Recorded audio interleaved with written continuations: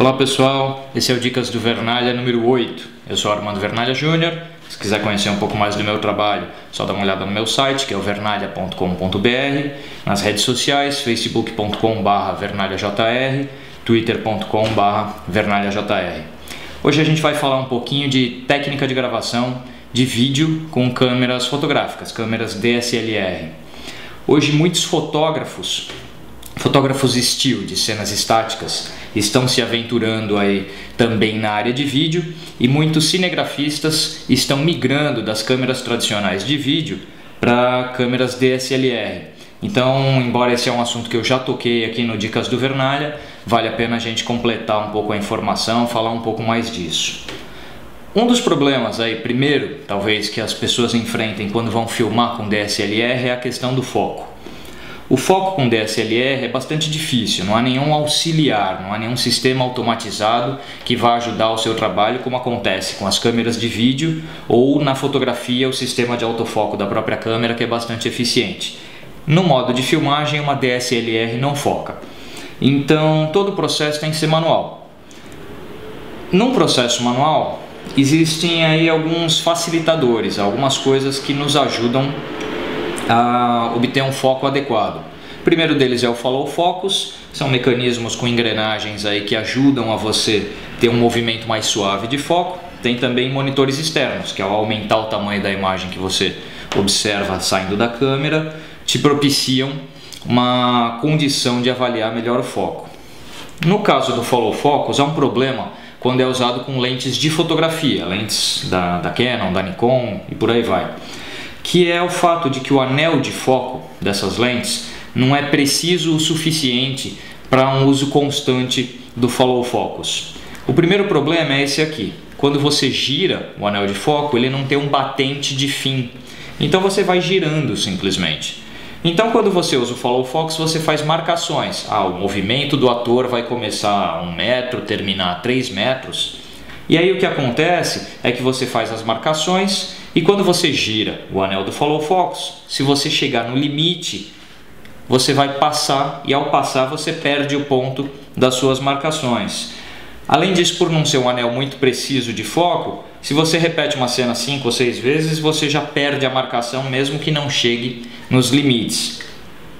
Isso é alguma coisa bastante irritante quando a gente vai tentar fazer uma marcação precisa de foco com esse tipo de lente, e que faz com que seja interessante trabalhar com lentes de cinema que tenham a baioneta para encaixe em câmeras DSLR. Você tem boas opções aí, por exemplo, da Zeiss. Várias locadoras de equipamentos de vídeo possuem lentes da Zeiss, e é preferível em muitos casos trabalhar com elas do que com as lentes fotográficas, porque praticamente toda lente fotográfica vai enfrentar o mesmo problema de imprecisão no uso do Follow Focus.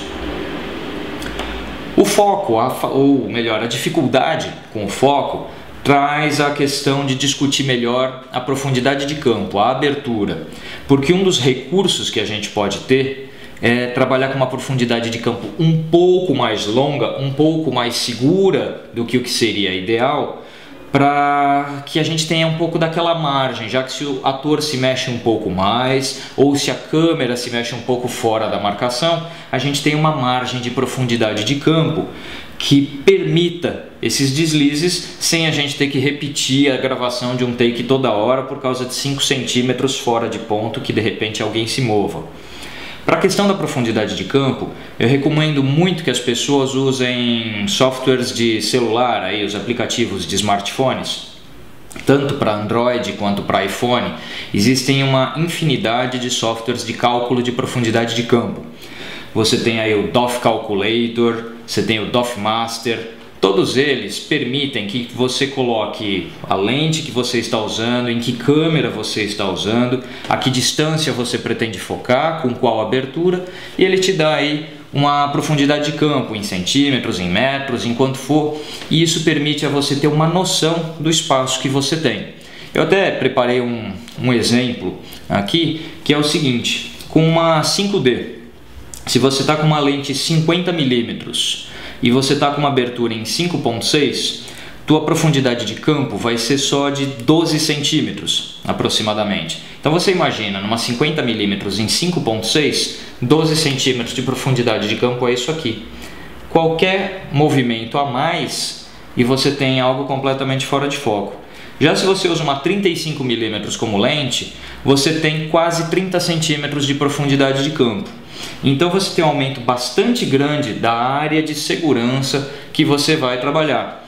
Então, tanto a questão, digamos assim, de ver mais cuidadosamente a abertura que você vai utilizar, quanto a lente que você vai escolher para trabalhar, vão ajudar ou prejudicar no teu trabalho de foco, vão deixar isso aí bem mais simples ou bem mais complicado de ser executado.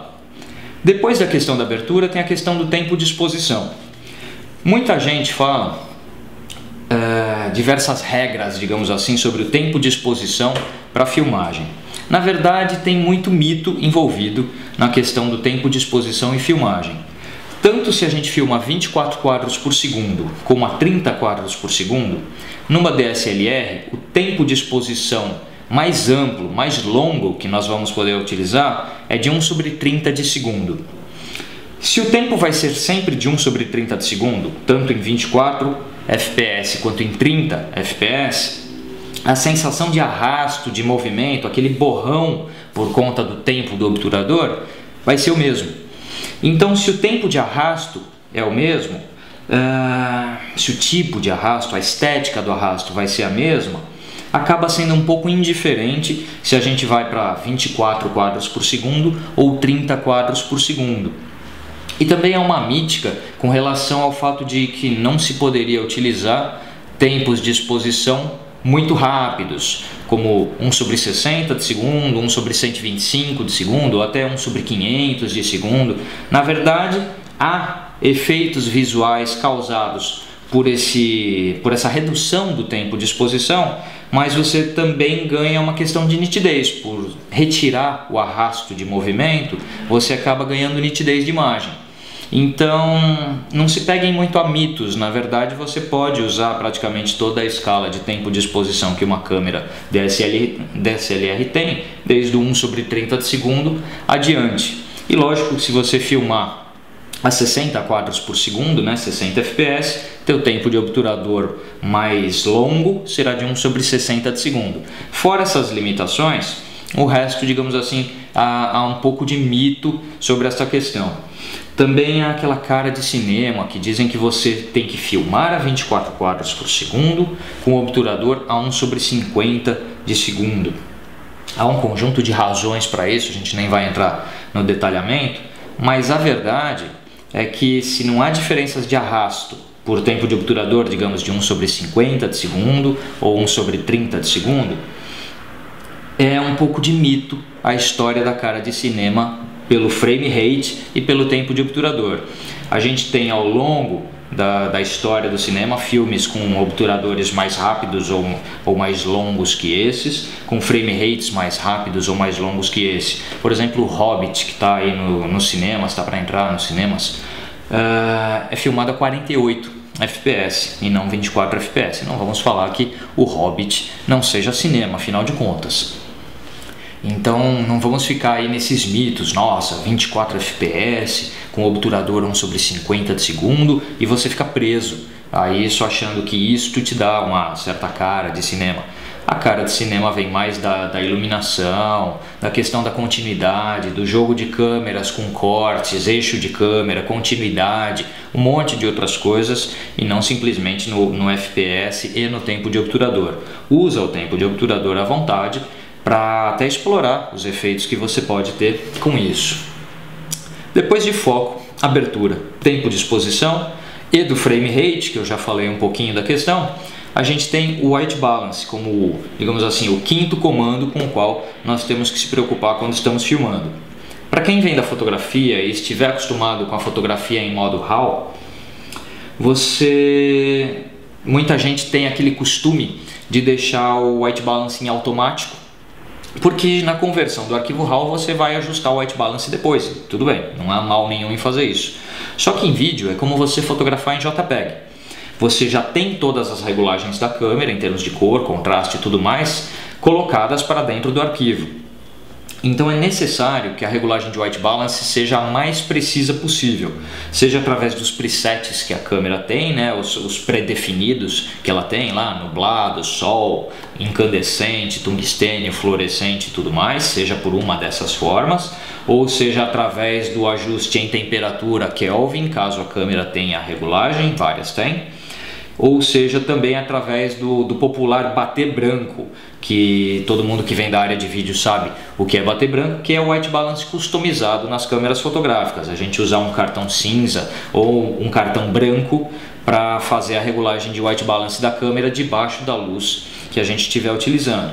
Essa é uma forma de ter bastante precisão nas tonalidades de cor já no arquivo, para que isso não tenha que ser mexido depois.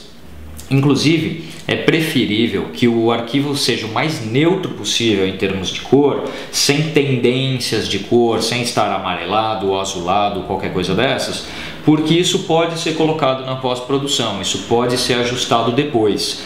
Se já estiver feito assim na hora da gravação, caso você mude de ideia, você vai perder a possibilidade de ajustar isso depois, porque o arquivo de uma DSLR tem pouquíssima margem de trabalho no aspecto da cor.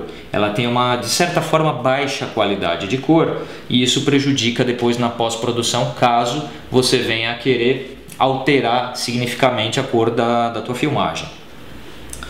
Isso é um pouco, digamos assim, a técnica de base, né? Aqueles pilares, né? Os 5 comandos básicos, aí foco, abertura, tempo de exposição, frame rate e white balance, que a gente tem que se preocupar quando vai gravar vídeo com uma DSLR, também quando vai fotografar, na verdade.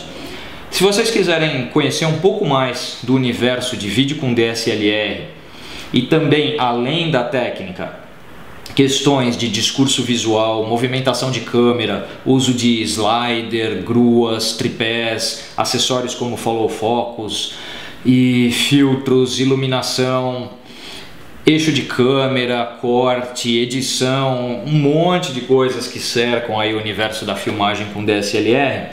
No mês de janeiro de 2013 eu estarei dando um curso que é o curso de Vídeo e Cinematografia intensivo no Instituto Internacional de Fotografia, o IIF.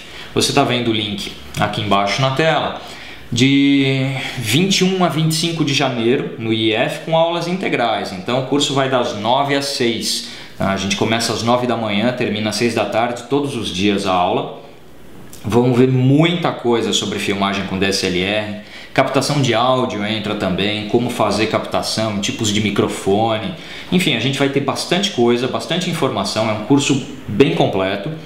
No final do curso a gente vai filmar um videoclipe, a gente está escolhendo um artista que vai participar e vamos produzir um videoclipe na aula, e o material desse videoclipe, que vai ser filmado pelos alunos, vai ser editado na aula.